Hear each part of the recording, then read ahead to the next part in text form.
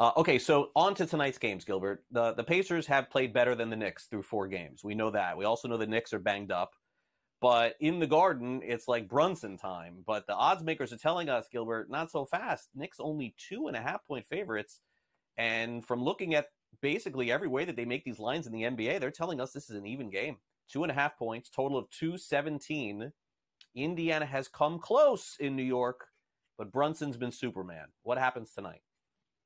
I think Indiana's probably kicking themselves for letting some opportunities go in New York, and they really have taken all the momentum in this series. I think the spread is very much reflective of the injuries that are really weighing down on the Knicks. I think the Pacers do have the momentum. We talk about Brunson, and he's always continued to prove us wrong, but I think the injuries that he's battling with, in addition to the absence of OG Anunoby, in addition to the absence of Mitchell Robinson, and the fact that they have a small rotation as is, I'm kind of leaning Indiana in this one. It feels like it's going to be a close game, just like some of the others in this series have been. They're coming off that blowout win. The only thing that's giving me a little bit of pause is I think the Knicks will have a little sense of pride. Indiana's starting to feel themselves a little bit, and they got a little mouthy late in that Game 4 win. So maybe New York will bounce back because of that. All right. Well, I'm looking forward to that game, but I am pretty biased here. I love this Minnesota-Denver series. To me, that's the best series of them all, Gilbert, because I love it when the champs are challenged. And boy, when they lost those first 2 games, so many people said, hey, eventually this series is just going to be over. We don't know when. We don't know how. Boy, were they wrong. Nuggets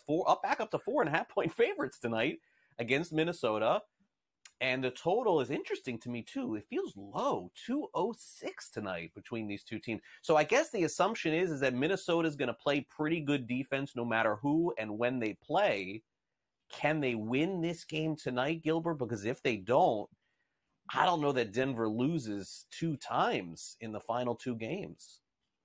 I can say that I'm guilty of writing the defending champs off maybe a little too soon in this series. They show that championship medal to go get those 2 wins at the Target Center in Minneapolis. I think this game tonight and the rest of the series is a toss-up. The same way you talk about beating this Nuggets team 2 times in 3 games. The Nuggets, to complete this series comeback, will have had to beat the Timberwolves 4 times in 5 games. And I think the Timberwolves have shown the ability to neutralize some of the Nuggets options. Aaron Gordon is playing out of his mind lately, so can he continue to keep up what he did during those games that got the Nuggets back into the series? So that's what I got my eye on. Role players do play better at home.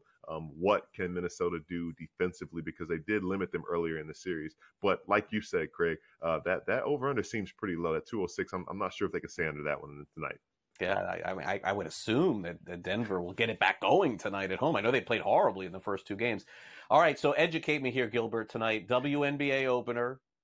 I can't pretend to be the expert here. As the Sun take on the Fever. Sun, 6-point favorites. I mean, I guess the Fever must really stink. Because I would think that the public would back Caitlin Clark so much that this line could not potentially even be close to anywhere near it is. It's like immediately I look at that and I say, wait a second, I'm betting on the Fever here because Caitlin Clark plays for the Fever. But my gosh, they must be really bad, right, Gilbert? I mean, that's the only reason I could see the spread like what it is. They're due for a few welcome to the WNBA moments. Well, at least Caitlin Clark is. And she's a generational talent. She's going to figure it out. And she's going to have special moments this year. But the Sun are a veteran team led by Alyssa Thomas and DeWanna Bonner. I don't think they're going to let some rookie, regardless of the hype, just come in and show them up on their own home floor. So I think that's what we see in the spread in this one. But I do expect Caitlin Clark to have some special moments. Her and Aaliyah Boston, the reigning rookie of the year. Yeah, and I would think that Connecticut, I mean, I don't know anything about this, but I would think Connecticut really wants to win this game. I cannot imagine they'd want to get shown up by that. All right, well, great to see you, Gilbert. Thanks for coming back on the show. Great to have you. We'll catch up again soon. Sounds good.